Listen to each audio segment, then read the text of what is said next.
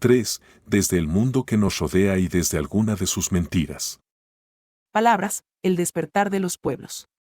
Resulta que nos hemos acostumbrado ya a escuchar o leer conceptos prefabricados y que los aceptamos sin detenernos, siquiera a meditar sobre el significado real que poseen allá arriba, en las invisibles alturas de esos poderes omnímodos que, generalmente, los expanden a su conveniencia por todos los medios de comunicación. Resulta que, a veces, hasta nos llegamos a compenetrar ciegamente con esos conceptos y los utilizamos, aunque solo en apariencia, contra determinados estadios intermedios de ese mismo superpoder, porque nos repelen y porque los imaginamos etapa final, cuando son, en realidad, meros peldaños hacia fuerzas que casi nunca llegaríamos a identificar conscientemente. Cuando nos dicen, y nada menos que desde las altísimas esferas de las Naciones Unidas, que todos los pueblos tienen derecho a la autodeterminación, afirmamos y proclamamos ciegamente que sí. Y descargamos nuestra ira impotente sobre los estados que quieren impedir que ese ideal maravilloso, porque lo es realmente, llegue a realizarse.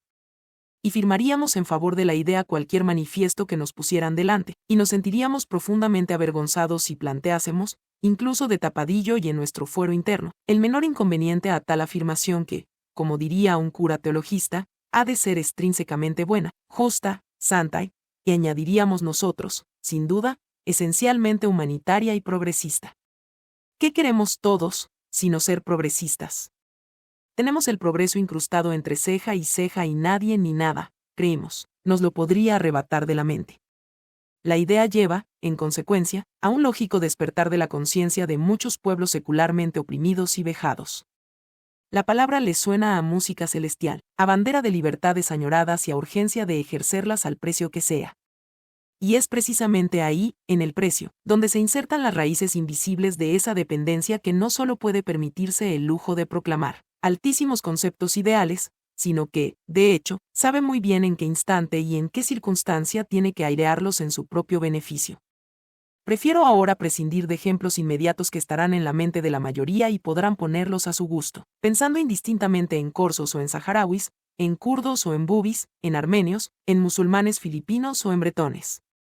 Cualquier ejemplo sería válido, porque son muchos, demasiados, los pueblos de la tierra a los que se ha obligado prácticamente a anular su identidad para integrarlos en unidades socioeconómicas o religiosas más poderosas, que les han impuesto a la fuerza una despersonalización, un idioma, unas formas de gobierno precisas y unos módulos de conducta que no casaban con la tradición secular del grupo y que, en consecuencia, lo han hecho desaparecer, o casi, mediante el ejercicio del poder opresivo. Teoría sociopolítica del átomo. Sin embargo, el sentido de estas reivindicaciones cambia sustancialmente desde el instante mismo en que se producen, precisamente ahora, cuando la estructura planetaria, y hasta la estructura de las ideologías, ha sufrido una transformación tan fuerte que resultan prácticamente imposibles conceptos como la independencia, pura y simple, el auténtico autogobierno o la realización de un ideal autonomista cualquiera, desde la entraña misma del pueblo que lo quiere vivir. En primer lugar, porque el acceso a la autodeterminación es radicalmente imposible, a menos que se reciba algún tipo de empuje exterior. Empuje en forma de ayuda que, por una parte, habrá de llegar precisamente, y no es casualidad, de un rival económico, político o religioso de la entidad opresora, y que, por otra, exigirá indefectiblemente el pago, al contado o a plazos, del favor concedido, mediante una alianza al menos tan opresora como la que se ayudó a deshacer. Pero, en segundo lugar, el ideal se hace imposible porque siempre se da el caso, yo, al menos, no conozco ninguna excepción, de que el grupo étnico o religioso o político que aspira a la autodeterminación no cuenta tampoco con la infraestructura necesaria para constituir una entidad mínimamente capaz de bastarse a sí misma, pero sí suele poseer, en cambio, casualidades de la vida, un determinado elemento vital, económico o estratégico que, sobre serle arrebatado a la estructura estatal anteriormente poseedora del territorio, tendrá que caer en las manos o en el área de la nueva influencia, en cuyos brazos habrá tenido que arrojarse el pueblo presuntamente liberado, so pena de perder inapelablemente una riqueza de la que no pueden prescindir los grandes grupos de presión. O sea que, para ser válido, el problema primario de la autodeterminación de los pueblos tendría que ir unido a una imposible regresión a los niveles de crecimiento económico de unas sociedades que ya solo forman parte del remoto recuerdo histórico. En los tiempos de las superpotencias y de la supertecnología, mal puede pensarse en auténticas autodeterminaciones, cuando hay también una superestructura que basa buena parte de su razón de ser en la atomización de los estados, autosuficientes en células que habrán de buscarse la subsistencia cayendo en manos de quien las esclavizará de nuevo a cambio de proclamas huecas de falsa libertad. La sombra siniestra de los teutónicos. Tanto daría, en este sentido, hablar de una parcelación de los estados mediante la manipulación concienzuda de los afanes de libertad de determinados grupos étnicos, como del planteamiento de alternativas de poder que pueden dar al traste, cuando convenga, con el orden establecido en un país concreto, sea este orden de cualquier tipo que queramos imaginar.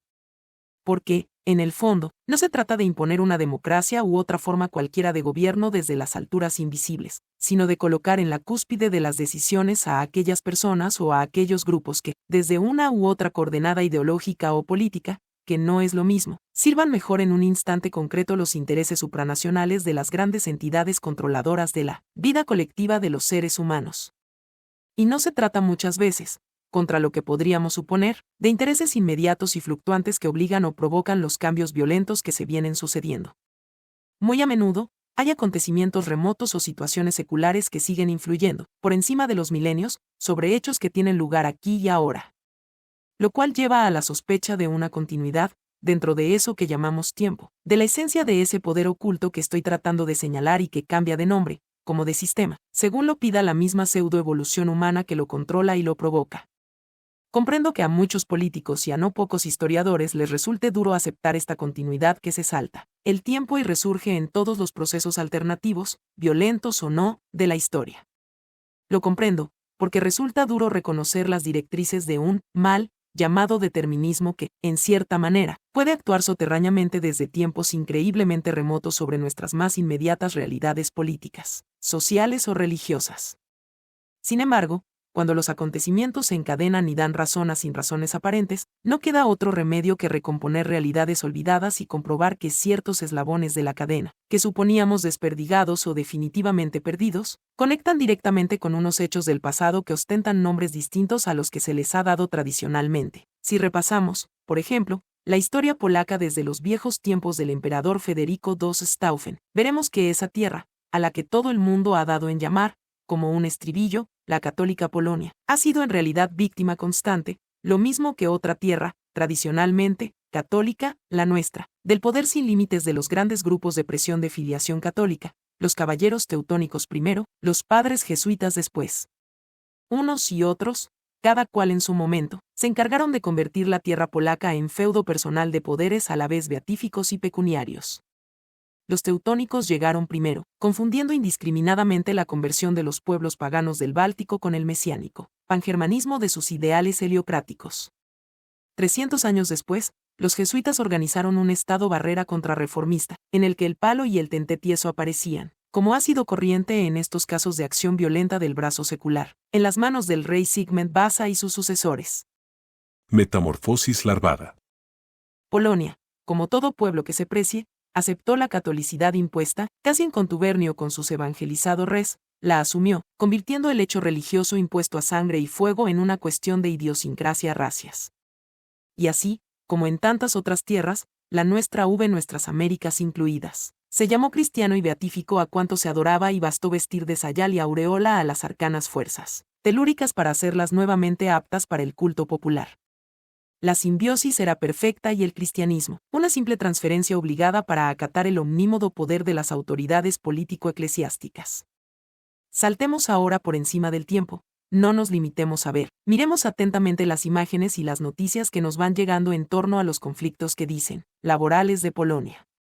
Nos daremos cuenta de que, por encima de las opciones de opinión que se nos sirven a través de las agencias de prensa, todas, absolutamente todas convenientemente conducidas, subsisten unos hechos que conforman, aunque no sean siempre convenientemente escamoteados, la profunda esencia del conflicto y solo reclaman que sea estudiado su porqué.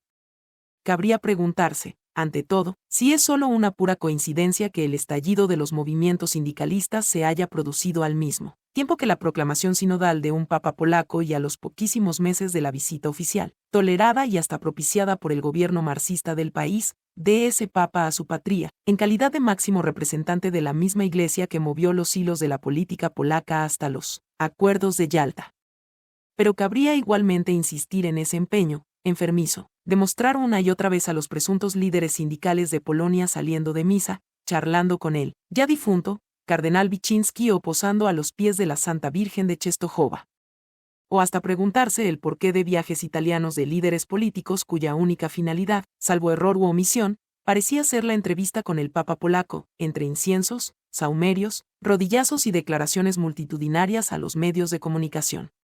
Tanta sotana, tanto capelo cardenalicio, tanta cruz patriarcal y tanto incienso presuntamente pío llevan a la sospecha, con perspectiva histórica, que para eso se las da uno de historiador, de que en Polonia no se solventan problemas de libertad sindical, tan propios de la sociedad industrializada del siglo XX o XXI, sino algo mucho más profundo, más grave, más peligroso y condicionante para el contexto político del mundo entero y del ser humano. Polonia está tratando de ser reconquistada desde dentro por el mismo grupo de presión que la dominó secularmente.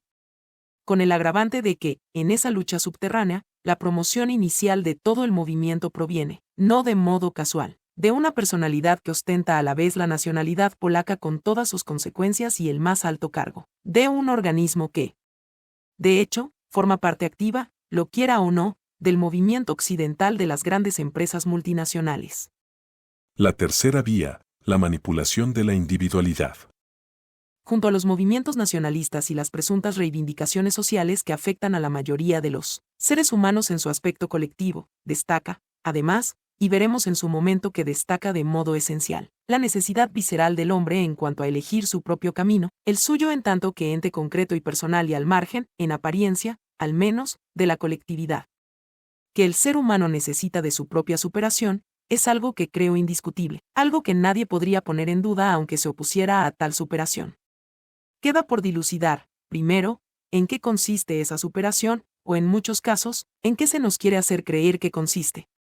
La ciencia y, a su remolque, las religiones establecidas, reconocen que el hombre es un ente en evolución, una evolución que, según los más recientes descubrimientos, pudo comenzar, como tal fase humana de la vida, hace unos 3 millones de años. Desde aquella fecha tan incierta hasta el descubrimiento, cronológico, de la existencia del Homo sapiens, hay toda una gradación evolutiva que se aprecia tanto en el tamaño y consistencia de los restos óseos como en la capacidad craneana. Una gradación que, en líneas generales, va desde la identificación del ente humano con cualquier mamífero superior hasta el reconocimiento, probado por los hallazgos, de una especial inteligencia que le hace servirse con eficacia de determinados instrumentos que suplen su inferioridad física, y por otro lado, de un sentido de la trascendencia que le lleva a formas de culto progresivamente evolucionadas. El ser humano, desde estas coordenadas de capacidad, se establece como dueño y señor de su mundo circundante en tanto se hace capaz de. Y, en esa capacidad, hay implícita toda una gama de posibilidades que va desde la más primitiva de alcanzar una presa a distancia, mediante un instrumento arrojadizo, hasta el descubrimiento de la fisión nuclear o de la informática. Pero, al mismo tiempo, tal ente humano se reconoce incapaz de comprender y dominar todo un núcleo de fenómenos que, si resulta cierto que se han ido reduciendo a lo largo del tiempo, mantiene en todo momento una parte de secreto y le hace entender que solo logrará penetrar en su realidad, mediante pasos sucesivos de la evolución. Curiosamente, si en el aspecto puramente tecnológico el ser humano lucha codo con codo por el progreso material, en aquello que atañe a su real y auténtica evolución interna actúa a niveles de individuo, y sus congéneres le sirven únicamente de peldaños espirituales para tratar de izarse por encima de ellos, en un afán individualista de alcanzar grados progresivamente superiores de evolución o de conocimiento que le permitan saber lo que los demás ignoran, y por lo tanto, ejercer sobre ellos un tipo cualquiera de preponderancia, de poder. El asalto de los niveles de conciencia.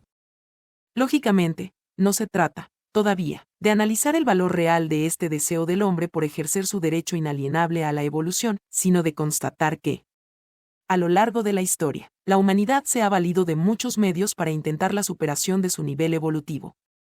Y no se trata tampoco de justificar o condenar unos hechos o unos determinados métodos, sino de la pura y simplísima constatación de que, ante ese deseo y ante su impotencia fundamental para acelerarlo y cumplirlo, el hombre ha venido utilizando sistemáticamente ciertos estímulos que le han puesto en contacto con esos niveles, ansiados de conciencia, o con estados que le han hecho creer que se encontraba inmerso en ellos.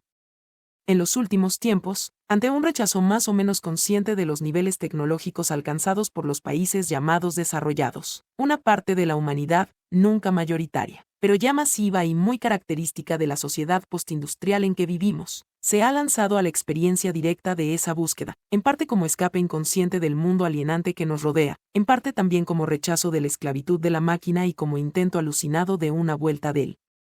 hombre a su capacidad de decidir el propio destino.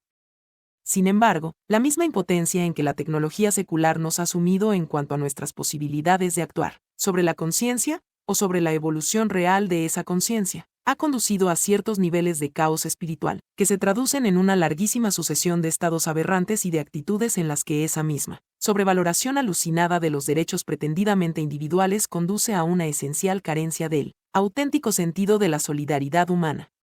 Es un sálvese quien pueda en medio de un cósmico y desolador caiga quien caiga. De nuevo los tentáculos de la manipulación.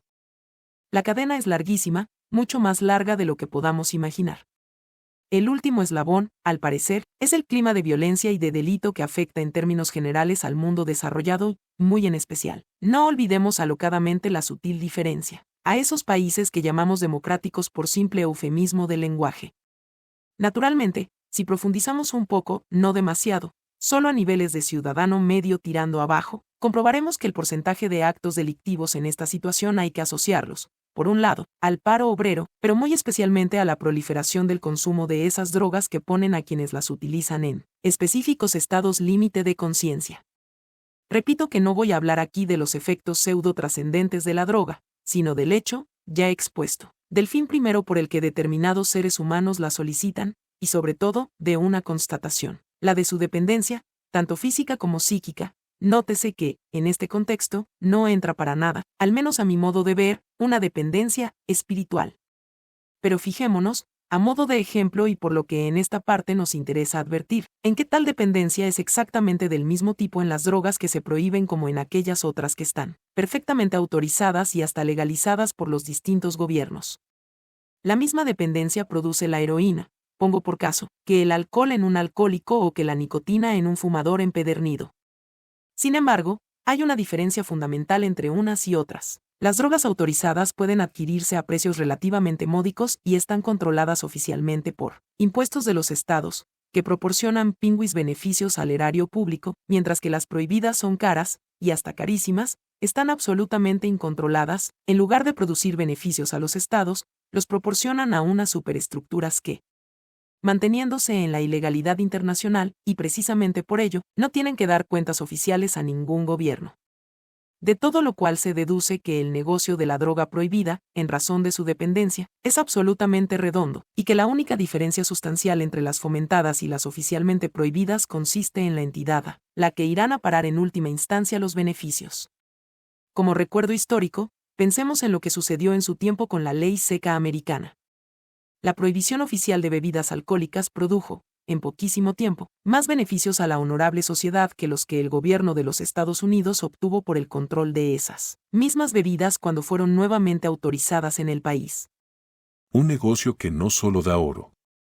Tendemos a creer, e incluso, a menudo, parece como si existiera un especial empeño en que cayéramos en esa creencia, que el gran negocio de las drogas es anárquico, que los beneficiarios son los 4 camellos que caza la brigada en los aeropuertos y una docena más que aún atraviesan impunemente las fronteras. Y no alcanzamos a captar que el asunto supera con creces los límites del negocio inmediato y que esa llamada red internacional, con la que nos llenan los oídos, es más que una inversión fabulosa y libre de impuestos. En primer lugar, porque esa inversión es mucho más política, y, sobre todo, ideológica, que económica. Además, porque, al menos en un sentido amplio y ajeno a la semántica usual, no está libre de impuestos.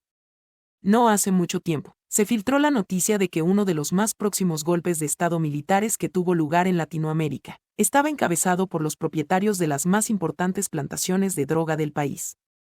Un reciente reportaje, por su parte, acusaba al expresidente de Francia, Valéry Giscard d'Estaing, de haber tenido mucho que ver en los negocios de exportación y difusión de droga procedente de Extremo Oriente, en la época colonial. Se trata apenas de un par de ejemplos aislados frente a otros muchos que nadie se atreve a mentar. Pero son 2 ejemplos que, a poco que meditemos, muestran la doble cara del problema, con la oculta mucho más inquietante que la simple y pura desazón que produce la difusión indiscriminada de cualquier tipo de estupefaciente. Pensemos así, a bote pronto, ¿de qué puede valerse cualquier poder autárquico para ejercer su dominio absoluto sobre los seres humanos que le han tocado en el juego político de las fronteras? Sin duda alguna, de la dependencia absoluta de los individuos que componen el conjunto del pueblo y de una supuesta, solo supuesta, restitución de un orden previamente deteriorado.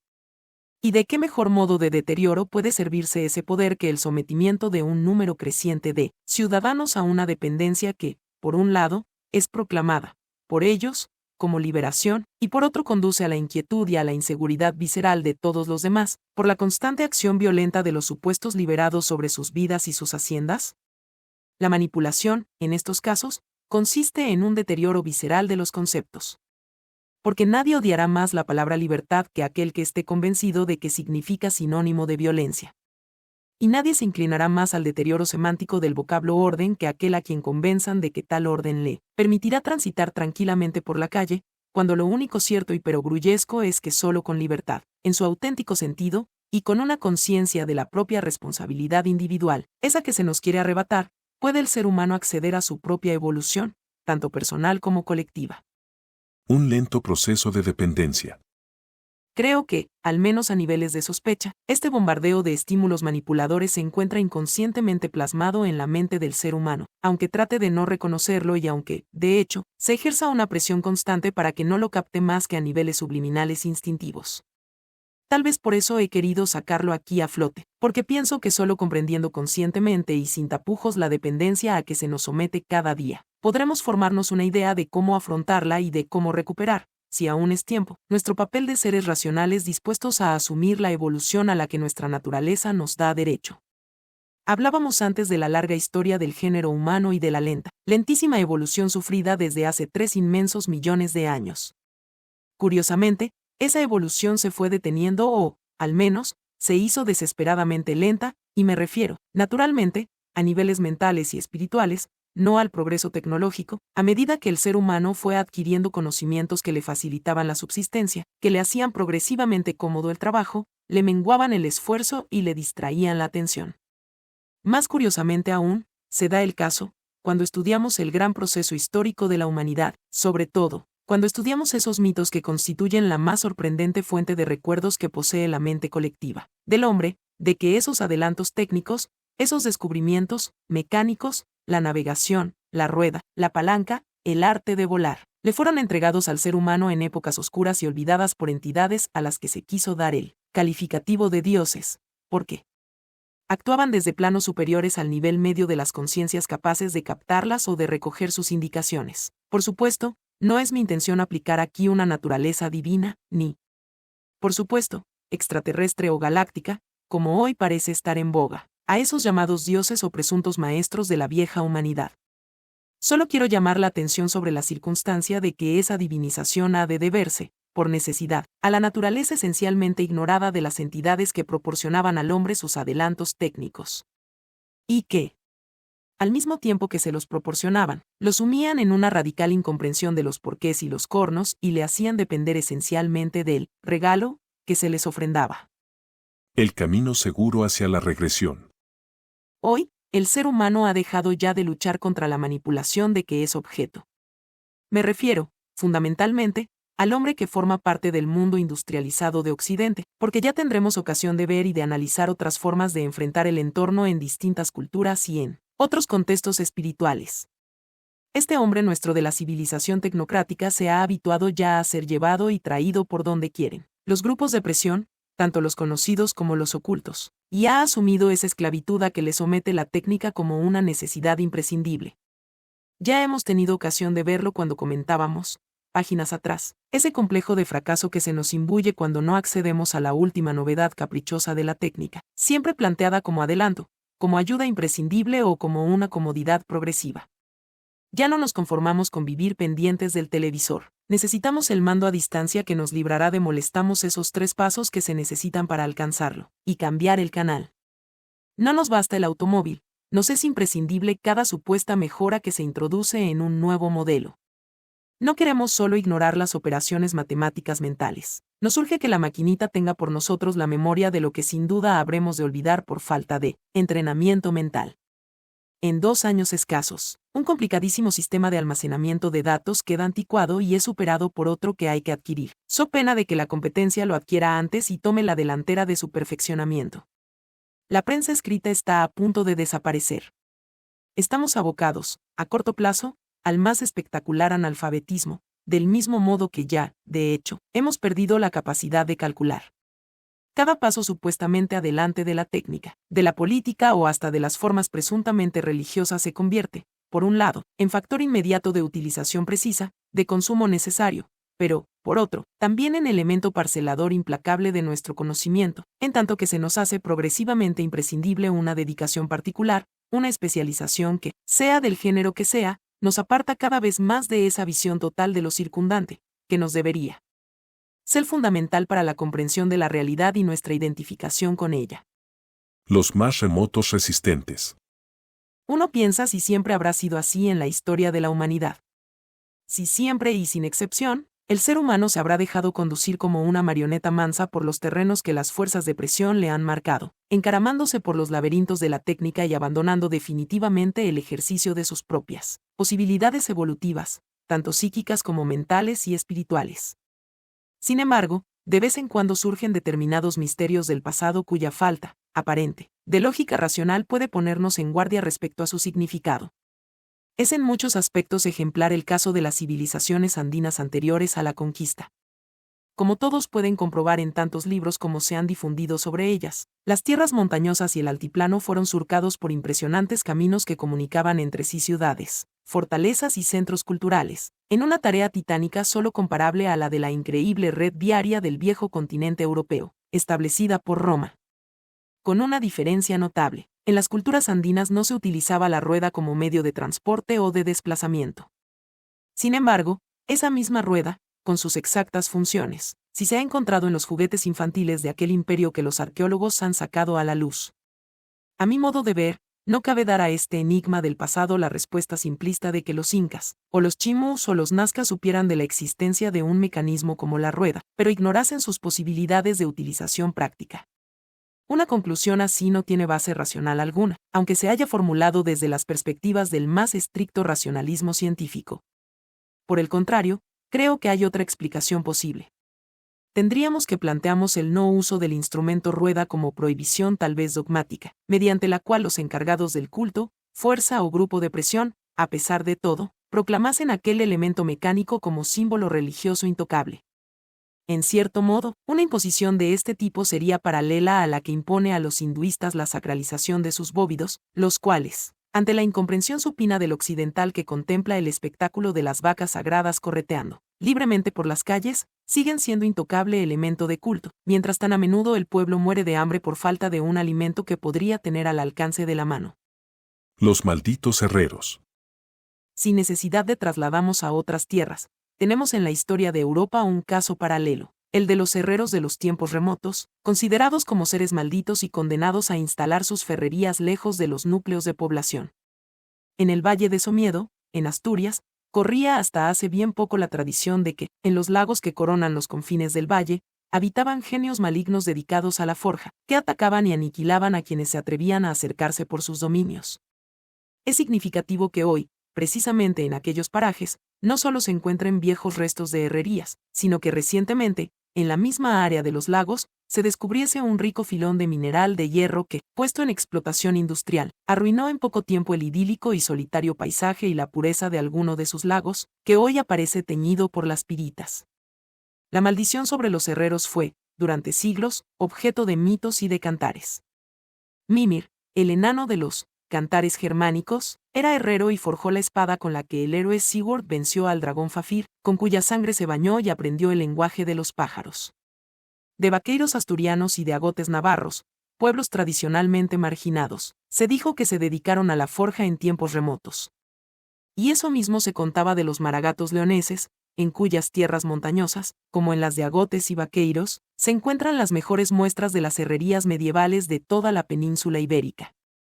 Es curiosa y nada casual esa atribución del arte del hierro a pueblos y hombres considerados como malditos a lo largo del tiempo, sobre todo si nos planteamos que la industria de los metales supone uno de los pasos fundamentales de la tecnología. Si pensamos que desde todos los ángulos del progreso material, el dominio industrial y económico sobre el arte del metal es fuente de poder y de fuerza, origen de ese mundo del que nosotros constituimos la última consecuencia, con toda la carga de dependencias que caen sobre nuestras espaldas, no podemos dejar pasar por alto este fenómeno. Cabría pensar en un estadio más o menos desconocido de esa historia fundamentalmente oculta, en el cual hubo seres humanos que presintieron lúcidamente la esclavitud tecnológica que se avecinaba a largo plazo y que trataron de conservar en el ser humano el uso de su integridad como ente en total evolución. Por desgracia, ya resulta difícil que lleguemos a conocer algún día esa realidad improbable. Milenios enteros de dependencia nos han borrado de la mente incluso la sospecha de que pudiera haber existido una vía por la que el hombre se hubiera desarrollado conforme le demandaba su propia naturaleza. Hoy es tarde. La vuelta atrás, imposible. Algo nos ha hecho definitivamente esclavos de nuestro propio progreso. Y solo cabe pensar o intuir, o sospechar, que no toda la culpa es del hombre mismo, sino que hubo, y sigue habiendo, fuerzas que le mantienen atrapado en las coordenadas insalvables de la dependencia. Hoy, nuestra labor debería consistir en el descubrimiento de esas fuerzas, en sacarlas a la luz y en dar cuenta de su naturaleza y de sus más recónditas intenciones.